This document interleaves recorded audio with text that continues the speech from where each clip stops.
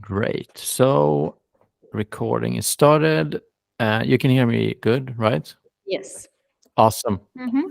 So welcome to another exclusive SUP workshop. This time we're going to talk about employment law and everything related to hiring, firing, and running a business, and like key aspects to take into consideration as a founder. And as always, the purpose of those sessions is to give you as a founder tangible ideas and best practices and how to improve and speed up your startup journey. We're doing this 45 minutes plus 15 minutes Q&A. So it's going to be quite intense schedule and tempo, but just make sure you make a mental note of your questions, or just raise your hand like this if you want to jump in somehow. Yeah,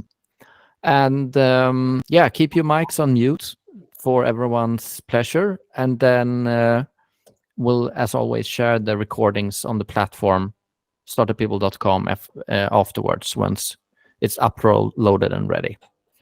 And before the Q&A starts, I'll trigger a poll, which I want you guys to respond to. That gives us a little bit of feedback if this was helpful or not. And it's totally anonymous, but it really helps us know, like, and understand how we can improve and make sure we're providing good, valuable sessions for the founders. So I don't know what's going on with my screen now. Is it jumping for you as well? No. No. Got it. Okay. So it's my pleasure to welcome today's experts, Caroline and Nafi, who both have a really good knowledge about the employer perspective and everything legal around that.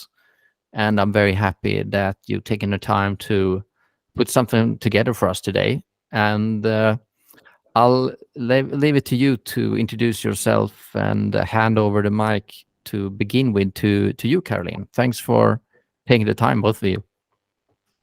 Well, thank you so much, Seb, and it's a pleasure to be here and talk about this very important topic, which I think is very relevant for startup founders. My name is, as Seb mentioned, Caroline Guldbrandsen, and I'm a lawyer and head of operations at a newly started legal consultancy called BeeLegal. And we provide tailored services for entrepreneurs and startups to more than 30 clients. And I help these clients with employment law, corporate law, and contract law. Great. And I'm Nafiye Bedirhanoglu, very long surname. Immigration lawyer. I've worked with immigration. I work solely with immigration law in my own law firm, Clear Law. I've been doing it, I think I'm reaching 10 years of only immigration, and it can be very confusing and a lot of fast moving rules constantly. I would say it's one of the legal areas where things change the most and the fastest. I've never seen anything like it, to be honest. So I hope to help you guys, give you some clarification on maybe some confusing topics related to immigration and employing people, right? Yes. And just as a short note to all of you, this is just general information provided in the presentation. And if you have a certain legal question or a legal case, you're always welcome to contact me or Nafi, depending on what the question is. And on the agenda today, we're going to talk firstly about Swedish laws and regulations, and this will serve more as a purpose, as a refresher to orient regarding the most important regulations and laws within the Swedish framework. Then Nafi is going to take over, and she will talk about, give you an introduction to immigration law, how to hire EU citizens, hiring non-EU citizens, talk a little bit about the new regulation that has been implemented recently, and provide some examples. And lastly, we will hold a Q&A. So let's dig in. Laws and regulations. Which Swedish laws should an employer be aware of? to start off this slide, there's a lot of different regulations that are relevant for an employer to be aware of that pertain to the employment relationship. And why are there so many laws? Well, the labor market or is a playing field between with the two main players of the employer and the employee. And generally, it is considered that the employer might have the upper hand within this balance, and that the employee then needs certain protection. And so the Swedish labor laws and regulations are a form of social protection laws. What can be said more generally about the employer and the employee relationship is that the employer has a duty towards the employee to provide work and pay salary. And the employee, on the other hand, has a duty to be loyal to the employer, to put the employer's interest even before its own. And it's very far-stretching, this principle of loyalty. So to balance and provide certain more fair playing field for these two parties, there are these many laws. And the two most important laws, which I will go more into depth in today, is the Employment Protection Act and the Swedish Codetermination Act. The Employment Protection Act is one of the most basic laws pertaining to employment. And in it, you will find regulations regarding terminations and dismissals, employment forms. Laws provide two types of employment forms, permanent and fixed term. And under the category fixed terms, there are certain undercategories of employment forms as well, such as seasonal employment. Laws also provides information about priority rules for termination due to labor shortage, re-employment right in the event of labor shortage. And one interesting thing to note about employment law here in Sweden is that an employment relationship can be established even if there's no written agreement. With that being said, the employer has an obligation to provide written information regarding certain conditions on the employment. Furthermore, the laws also provides stipulations on the penalties for breaches of statute, such as when an incorrect termination or dismissal occur. And it's very important to note that this statute is mandatory, and the exceptions can only be made through a collective agreement. Can I just ask you a question? What's the difference between a dismissal and a termination? It's I would say it's just a termination would be if you terminate an employer regarding uppsägning, and then you have dismissal in the event of gross misconduct. But when I talk about termination, I will go into more in depth about these two differences, because there are certain different rules that apply when you have terminations and then a dismissal due to gross misconduct. Anyone else had a question before I continue? Okay.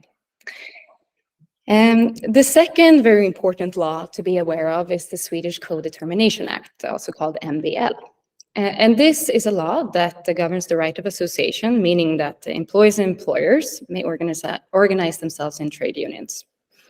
The right of employees and employers to negotiate with the other party on certain issues. However, it's important to note that only trade union members have this right. And for example, to give you a concrete practical situation of when this obligation kicks in, if an employer wants to, let's say, terminate an employee, and the employee is part of a trade union, even though there's no collective agreement on the workplace, the employer must negotiate with the employee's trade union before they can even make a decision about the termination. MBL also regulates the conclusion of collective agreements and the right of a co-determination for employees regarding employment. It also stipulates this principle of duty of peace. What that means is when there's a collective agreement in place, it prevents employers and employees from taking industrial action against the other party.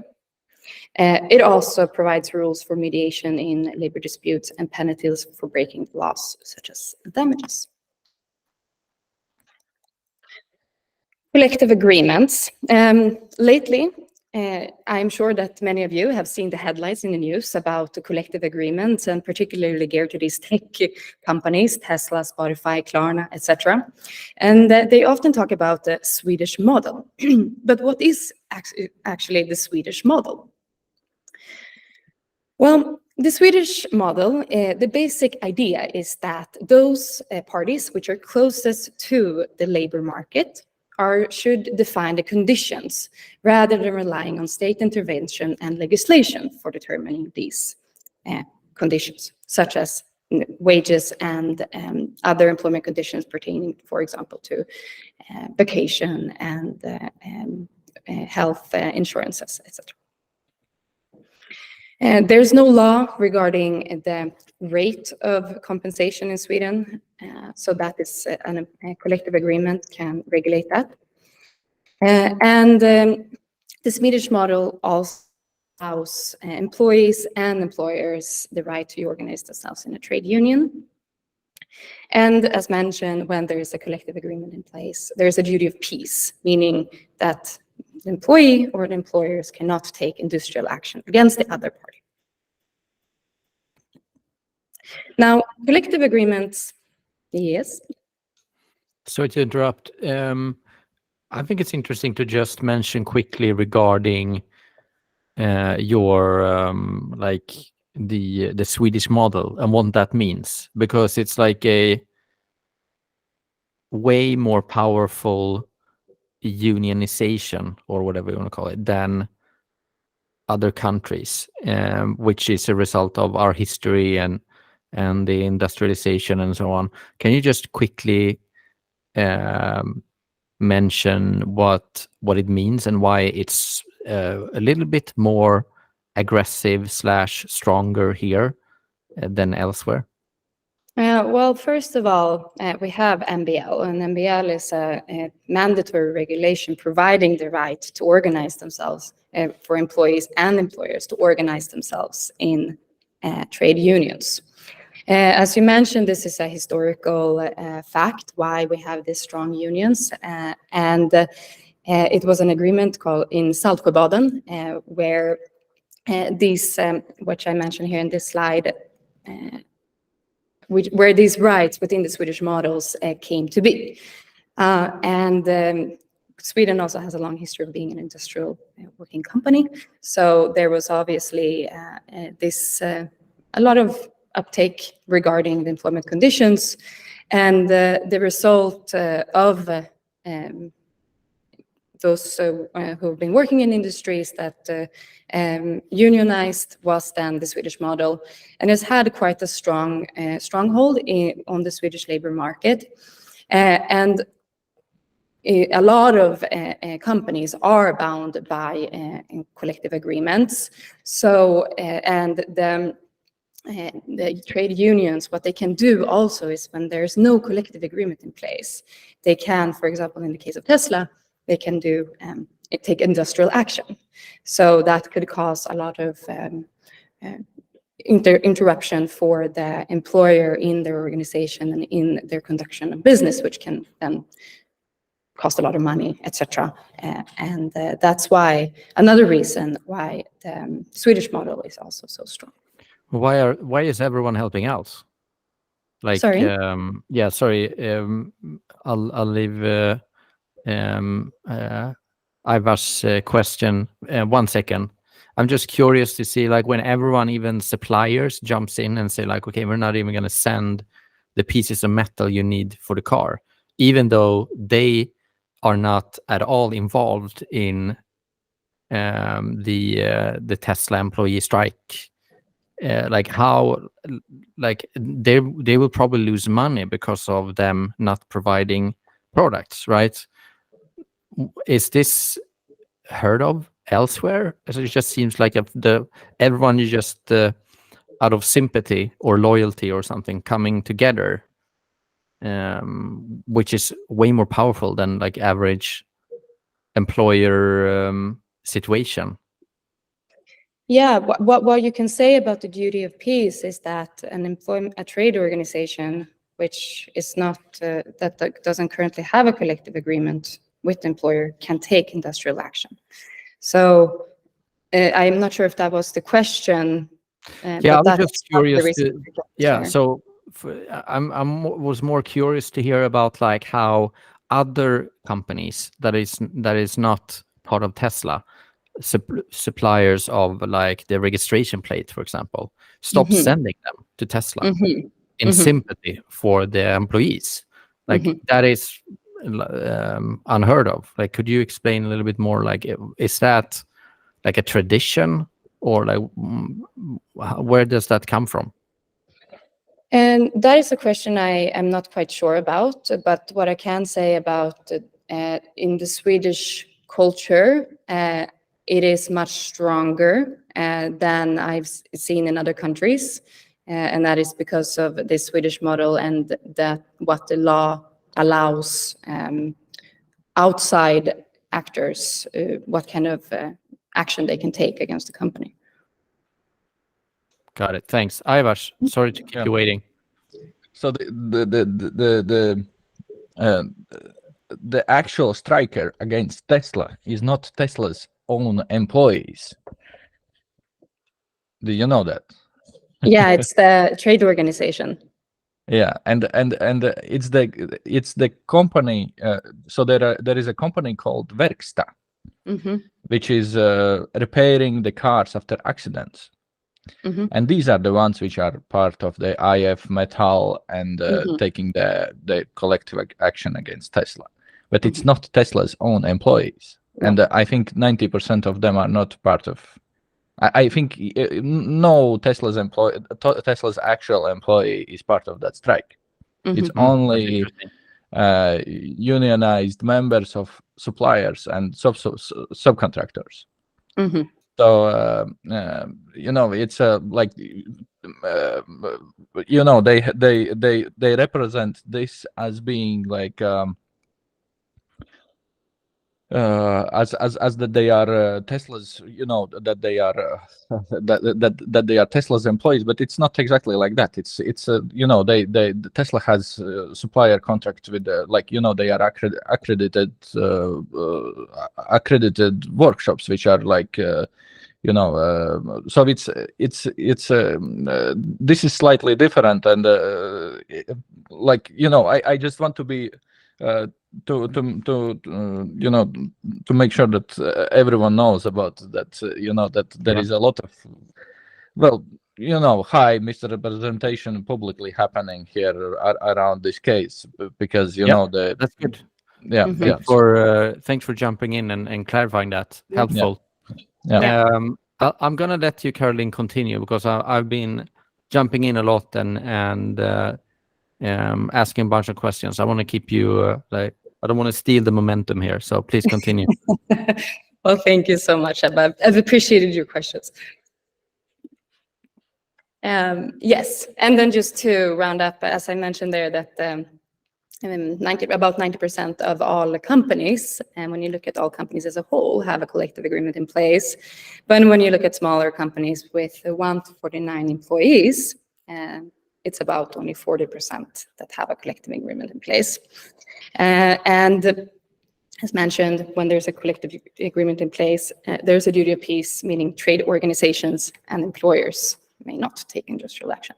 And one reason for why smaller companies opt out from the collective agreement is that they are inflexible. Now I'm going to briefly just talk about employment contract for startups, and I'm not going to spend so much time regarding this topic because I think most of us have quite a good and fundamental idea regarding employment contracts, but just a few considerations that I hope that you take with you.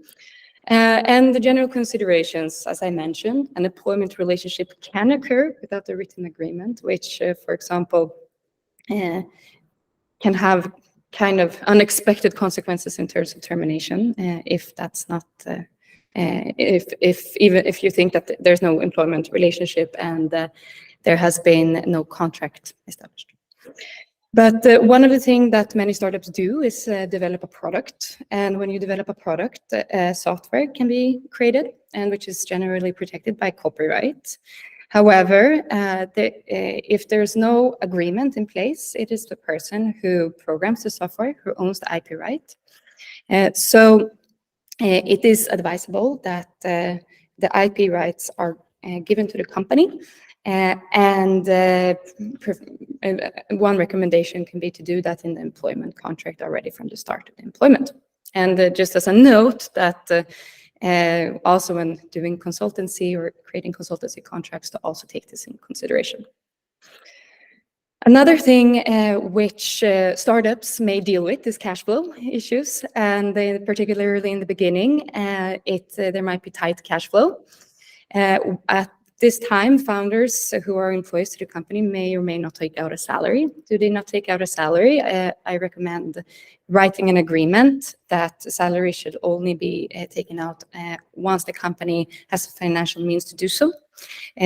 Otherwise, there may be a risk that the employee can take out salary retroactively. And for those employees which have a significant role in the company, key players in the company, I recommend that except for the general considerations and the written information which you are required to provide according to law, also think about, is this key player someone who's going to have access to essential information? Potentially, it is needed then a confidentiality clause, or some sort of clause that limits the competition so that important information, which is business critical, is not used in a way that could potentially harm the organization. And I also recommend that you can consider imposing a penalty payment for breaches, meaning rather than relying on general tort principles where you have to prove the damage, you can do a penalty payment when the clause has been breached. And then lastly, for my part, and about the Swedish rules, is terminations. And this is just going to provide a quick overview of the general aspects of a termination. I will say that anytime you have a case of termination, please contact a lawyer, because they are so specific, and also the consequences can be quite high when an incorrect termination or dismissal occurs. So just take this as a more general advice that can be thought of when you are in a position of termination. But as many of you might have felt or will feel or have already felt, is that we are currently in an economic slowdown, which then the question of terminations becomes even more important. And then there's a few considerations. Okay, how can we terminate an employment? And there are a few different ways which you can do this, and you have to be careful now also what the law stipulates. But the first way of doing this is entering into a voluntary agreement where you negotiate with the employee regarding the terms so that should be applied for them to leave their position, so-called a buyout. Important here is that it needs to be entered into willingly. If it's forced, then it can be declared annulled and settled through the Swedish Contracts Act. But if you don't do a voluntary agreement and you go through the traditional means of terminating an employment, you generally must have objective reasons. Now, what are objective reasons? They are labor shortage or personal reasons. A termination will never be considered objective if the employee can be relocated elsewhere in the business. So you, as an employer, have a duty to investigate whether there are any vacant positions that the employee can be offered, and also if there is a vacant position and the employee can be trained into that position as well. More closely regarding the objective reasons are labor shortage, and these are reasons attributable to the employers. And so reorganizations, shortage of work, or the economic situation of the employer. Then there's personal reasons, and these are reasons attributable to the employee. And this is misconduct, unauthorized absence, serious difficulties working with others, and so forth. The employer has the burden of proof in regards to this, and it's often quite difficult to present sufficient evidence to support the ground of termination of an employee for personal reasons. So when we look at terminations, more commonly terminations occur with the objective reason, labor shortage. Sorry. Now, there are certain is the- priority roles. Sorry, before we continue, just like it's an important factor regarding like when you're terminating someone for personal reasons. How often, as an employer, like the burden of proof is really, really heavy, right? So, Absolutely. like, let's say out of 10 cases, how many would an employer win? Like, I've heard that it's so tough. It is very tough, and the burden of proof is very high. And it also depends on what type of evidence you have in that certain case. And one thing also to consider is, you have termination due to personal reasons, and then also dismissal due to gross misconduct. Both of these are quite rare, rarely used. And as you mentioned, the burden of proof is very, very, very high. I cannot give you a exact statistic, but it's all depending on the circumstances in that case. Because if you have the evidence needed, then of course, but then you also take into consideration such as if the employee is part of the trade union, then you have a negotiation obligation to negotiate. So it is a process. So Yep. that's the legal framework of it. Then Yeah. the Thanks implementation. for highlighting that. Yeah, good. When you terminate an employment due to labor shortage, you also have to take into consideration the principle of last in, first out. This means that as an employer, you have an obligation to create a priority list, and then it is the employee that was hired last that should be terminated first. And if there's someone who have the same amount of employment period, their age determines. With that being said, employers with the new regulation, with the new laws that was introduced last year, employers can exclude 3 employees from the list, which are of certain importance for the company. Again, this negotiation with a trade organization, it comes back even when you have to terminate an employment. And employers must, on their initiative, negotiate with the trade union's concern before a termination. And also, just as a note, regarding any major changes affecting the business or the working environment or employment condition of a union member. And the negotiations must have been concluded before termination can take place. And if there's more than 5 employees affected, the employer must also report this intention to give notice to the Swedish Public Employment Service, Arbetsförmedlingen. And the termination must be written and delivered personally to the employee. According to laws, a minimum of 1 month termination period is applied. However, this can be longer depending on what the employment contract stipulates. And also, laws says that the longer you have been employed, the longer also the termination period. So this increases. When you terminate an employee due to shortage of work, you may be obligated to offer them re-employment if the company needs to employ again within 9 months. However, the employee needs to claim this right.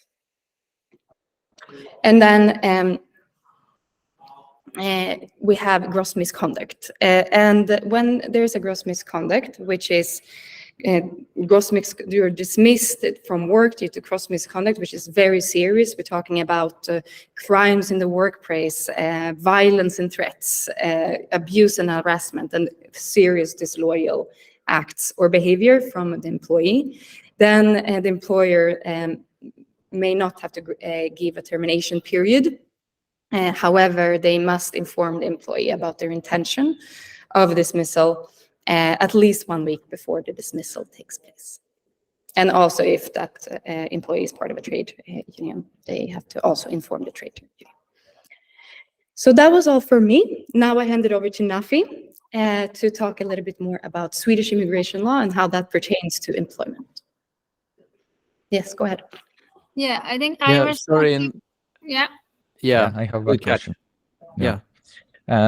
So I am all familiar with all of the things which you brought up here today. So I think the best way is to not to terminate anyone, but to make them quit themselves. That's the best way how to handle these situations. So, and then I had question related to what happens if, like, there is a situations where the trade union members are in conflict of interest owning the companies which are competing between each other, where there is some company which is not trade union member, and where there is company which is trade union member. Like, in my case, we run a company which is not trade union member, and we are in competition with companies such as like Taxi Stockholm, where there is a taxi union behind it, and union members, and I think union essentially owns quite large stake in Taxi Stockholm. So there is, the situation is that, we are in, like, they are in, like, I see a conflict of interest there. But how this is, like, received, like, legally, when it comes to, like, applying these rules around the employment on the companies which are in competition with, do you get my idea around let me see if I can I hope I can give you an answer. So first of all, you have the trade organizations which the employers are part of, and the collective agreement, and which is applied on that workplace. And then the employers are bound by the rules that are in the collective agreement, right? But then you can also have a case where you have a company which you are not bound by a collective agreement, but the employees that work for the employer are members of a union. Now, when you have the collective agreement in place, you have the trade organization and the employer negotiate regarding the certain things such as wages and etc. and vacation insurances. When you are an employer who don't have a collective agreement, but your employees are part of a union, you don't have to negotiate with an employee with the union regarding things such as what is written in the employment contract. However, if you are about to change certain circumstances, such as you want to terminate someone, and then you have an obligation to negotiate with the trade union. Now, that obligation, you have fulfilled your obligation to negotiate with the trade union once the negotiations are considered over. So I'm not sure if that helped to answer your question, or was the question more geared toward, like, how do you have a competitive advantage regarding when there are two businesses? Yeah, well, it's more like, like the situation itself, when there is, like, it's like how, it's so the situation which is created here is that these like,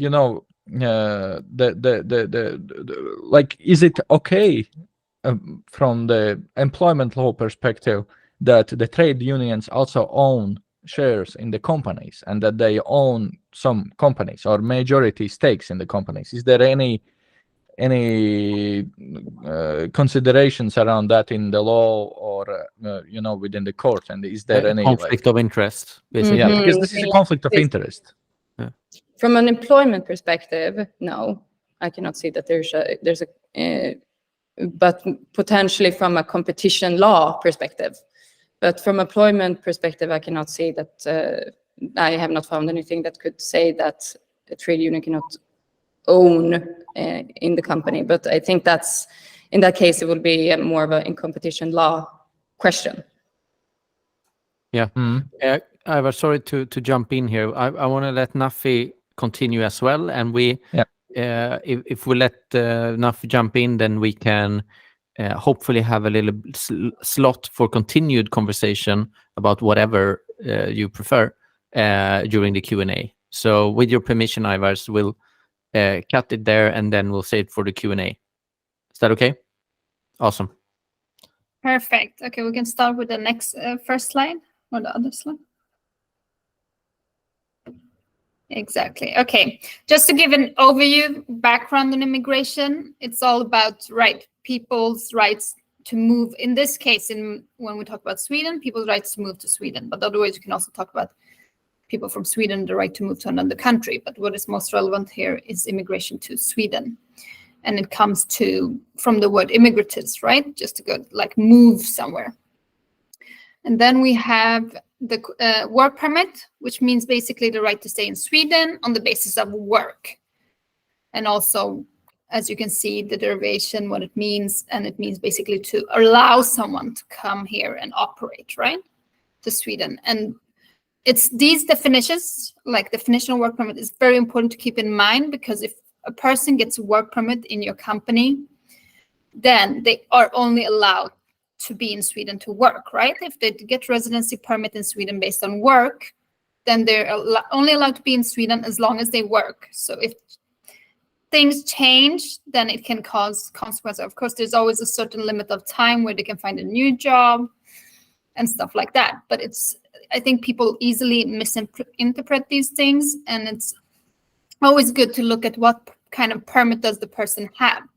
Okay, they have study permit, but study permit also means, okay, the right to study, and they have the right to work, but it's mainly study they should be doing.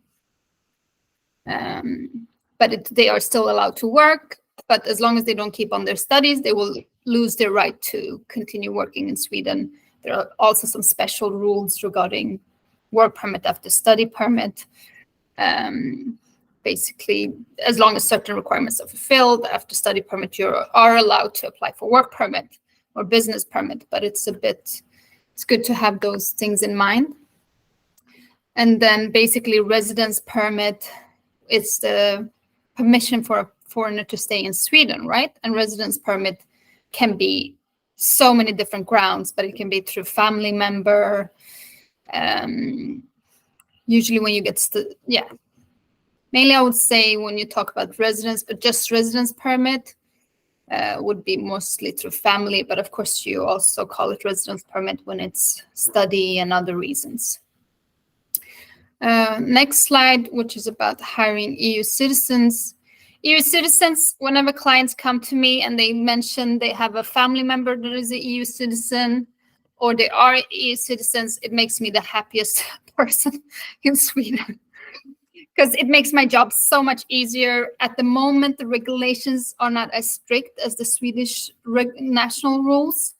And basically, an EU citizen can come, work right away, and do all of those things without even having to apply for permit. They don't even have to report, okay, now I'm in Sweden. And of course, it's good to register a tax office. That's a separate question. But in terms of immigration, they just have the freedom to start working right away. But it's only when the family members apply through them or like in connection to them, then migration starts going into, okay, do they fulfill the rules for, in Swedish they call it uppehållsrätt, like the right to be occupied in Sweden, right? The right to be in the country based on the EU rules, which is a different definition than the regular residence permits. It just means the right to be in that country.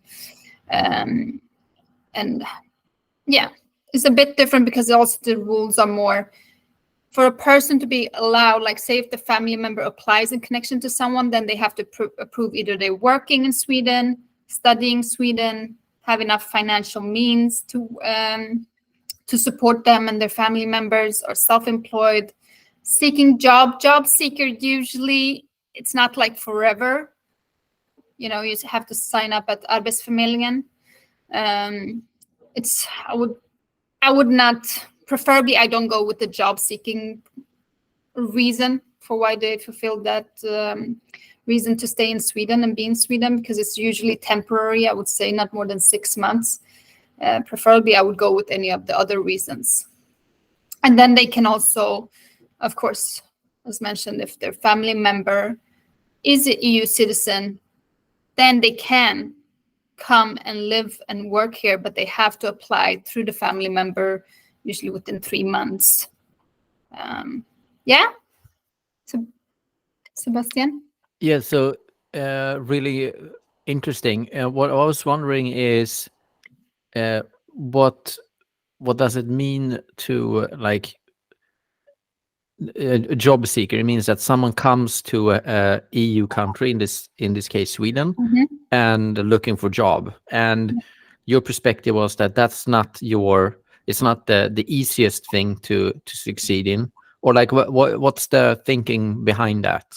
It's my opinion, right, based just on my experience. If you go to someone else, they might, or like immigration, they might say something else. But it's because job seeker has a time limit, right? You cannot be a job seeker forever.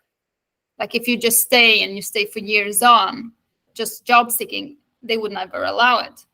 But you know that if you're working, then as long as you're working, then you're fine. Like you can stay for 10 years, 20 years, no problem. And that's good. And my other question was family member, or like what are we talking? Like distance relative, or like what's usually, the scope? Yeah, usually it's the immediate family, right? So the partner, the kids. It can also be family members that are dependent on the person. So then you go into evaluation, right? Like it's always easier the moment it's about partner or children. Then it's quite straightforward. But the moment you go into other family members, it has to be, okay, do they really, then you really have to dig into the law and see. Got it. Yeah. So it's a bit different, but it is actually easier through the EU rules. Like a lot of clients want to bring their mothers, you know, they come from cultures where you take care of your mother, you take care of your dad, and they want to bring them to Sweden. And the EU rules in that sense are much easier. Okay. Cool. Of course, it's still a matter of evaluation of migration, otherwise the court, but it's much easier than the national rules, which are extremely strict. When you say natural rules, do you mean outside of EU? No, I mean Swedish rules. Oh, got it. Okay. You have the EU rules and you have the national, like, I kind of separate them because they are evaluated on different bases. But of course, the EU rules get implemented in the Swedish national laws, but I'm meaning more the local regulations. It's a bit to make it easier to understand, right? Yep. Got it. Thanks. Yeah. Then the next slide. Okay, so hiring non-EU citizen, that is where we go into the technicalities. You know, EU citizens, they just come, they work, you don't have any problems, things are very straightforward, you know. But hiring non-EU citizens, then first of all, you first have mainly the rule that the main rule is that you have to apply from outside, and something they constantly, clients get into problems with. There are exceptions, like mentioned, like when you come for study permit, then you finish a certain amount, usually like 30 credits, or like you fulfill certain stuff, and within a certain time period. And then you apply for work permit. Then you can apply from Sweden. If you applied for asylum, then you I will not complicate it too much, but within a certain time period, you can still apply for permit again in Sweden. But main rule is they have to be outside when they apply. There are always exceptions to most rules. When it comes to work permit, first of all, one key thing is advertisement at Arbetsförmedlingen. You probably know Arbetsförmedlingen by now, but you have to advertise it at least for 10 days, and usually don't count holidays. I usually, for clients, I prefer to have the ad up for at least a few weeks to be on the safe side and not just go with, okay, now I got exactly 10 days. I prefer to have a longer period to be a bit safe, because they can reject the whole application if you have not done that advertisement. There are exceptions, but the exceptions are very limited. So always make the ad as a first key. Then you have to have the insurances, which is the key. It's like the usual, like sick insurance and, you know, the ones that you have usually through union. But it's not like that you have to be a union member. That's not the case. And union level salary, like first you have the salary requirement, right? They have to be able to financially support themselves. And nowadays, if they bring a family member, they have to also be able to financially support the family members in order for family members to get permit. But if we were talking only about the employee, he needs to be able to financially support himself through the salary. And the salary, no matter what it is, like even if it fulfills the salary requirement, it has to still be according to the union. Okay? And the work conditions is very important as well. Like one of the main problems with, say, if you've gotten someone to come to Sweden through work permit, you apply for extension. One of the key problems is that they haven't followed the like work conditions laws, like vacation laws haven't been followed. You know, to be honest, even Swedish employees, most of them don't know these laws and don't apply them like at all. They're like, oh, we pay vacation every month a bit, you know. That's not really allowed, you know. So in terms of work permits for non-EU citizens, it's much stricter with non-EU citizens than it's for regular Swedes. You have to really make sure that you follow the rules in terms of vacation, in terms of what you said on salary, in terms of if they get sick and stuff like that. So that's very important. So next slide. Okay, so this new regulations, it's not so major. Okay, it's major maybe in terms of salary requirement. The new regulation is basically just you have to have a higher salary. 80% of the medianlön, and we call it like, it's basically almost what you call it, like the average salary, and it's the Statistiska centralbyrån, like it's the Swedish kind of authority that regulates what is the salary requirement this year and next year. So every year it will change, and it's 80% of that. So before, the salary requirement was 13,000 because they evaluated it differently, but now it's 80% of that salary, which is now 27,360. That's what they have to make. But as I mentioned, if they make 27,360 and the union says for that job it should be 35,000, then they still get rejection. You know? Yeah, you're welcome to contact me if you need any clarifications or anything regarding these things, because it's not, but it's pretty straightforward. It's not, or in my opinion, it's pretty. Yes, Caroline? Nafi, can you repeat that about the minimum salary requirement? So it was 27,360, but you need to check it's now, right? Yeah. And they're still talking about changing it. So we're looking at now, it's 80% of medianlön, which is then 27,360. I hope I'm not, yeah. Krona. Of like, if people have, I don't know how much you want me to go into detail, but if people already have a permit before these rules came 1st of November, if they had a permit before that they were given and it goes on till end of next year, then it's still the old rules that apply, okay? Until it's about to expire. When they apply for extension, they have to follow these new rules. But if they already have a valid permit that they were giving before November, 1st of November, then that one applies. But The only thing is all these discussions in society and so on.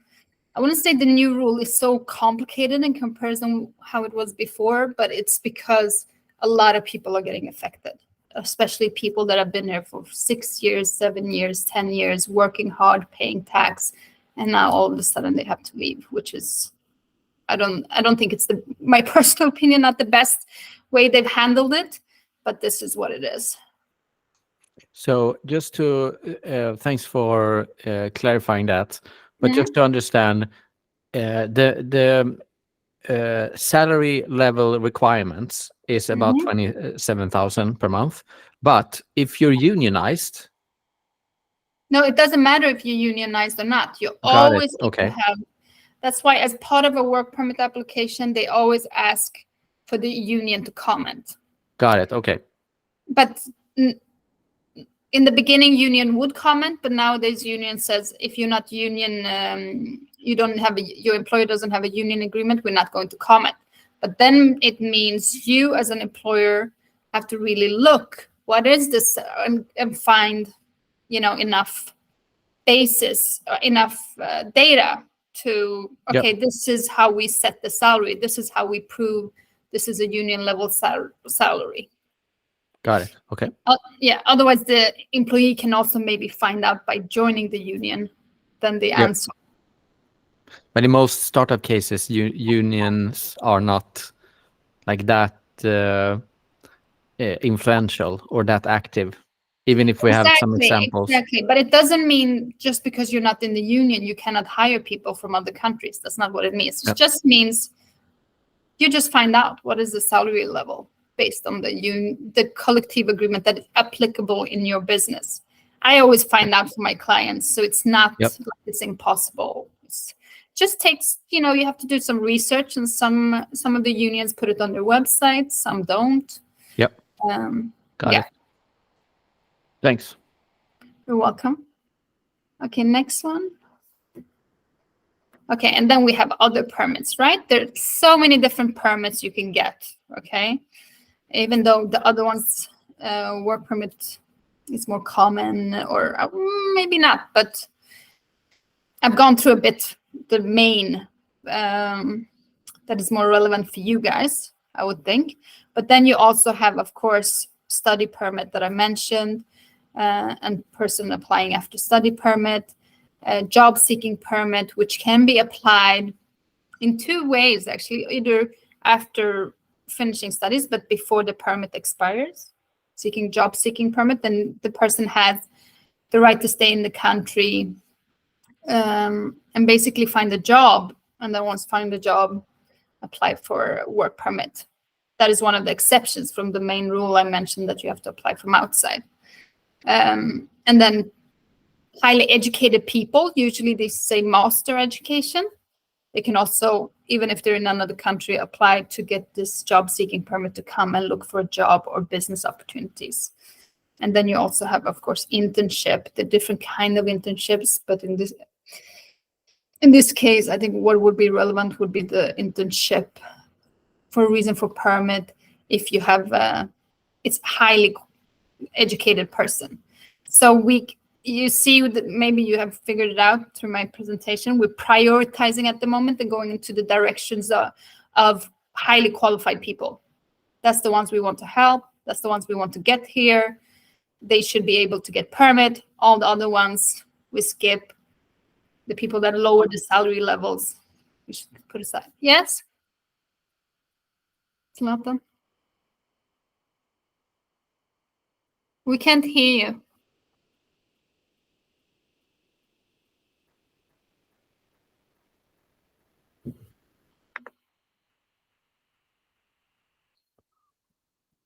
Is he coming? Yeah, something. I think something's wrong with his headset. Okay. So maybe you can save that question, Zlatan, for because we have a couple of minutes left. Yeah. Basically that was it. You're welcome to contact me. We have it also in the end slide later. My contacts, if you have any questions or anything, because it is a fast-moving area, as I mentioned early on. Like it Yep. moves so fast. Even I, who's worked with this for many years, constantly, whenever I have a client and something, I have to constantly double check to see nothing new has come, no new court decisions, no new, just to be on the safe side, because you also have the whole how migration applies things, right? And that changes also over time. So it's a lot to think about. Awesome.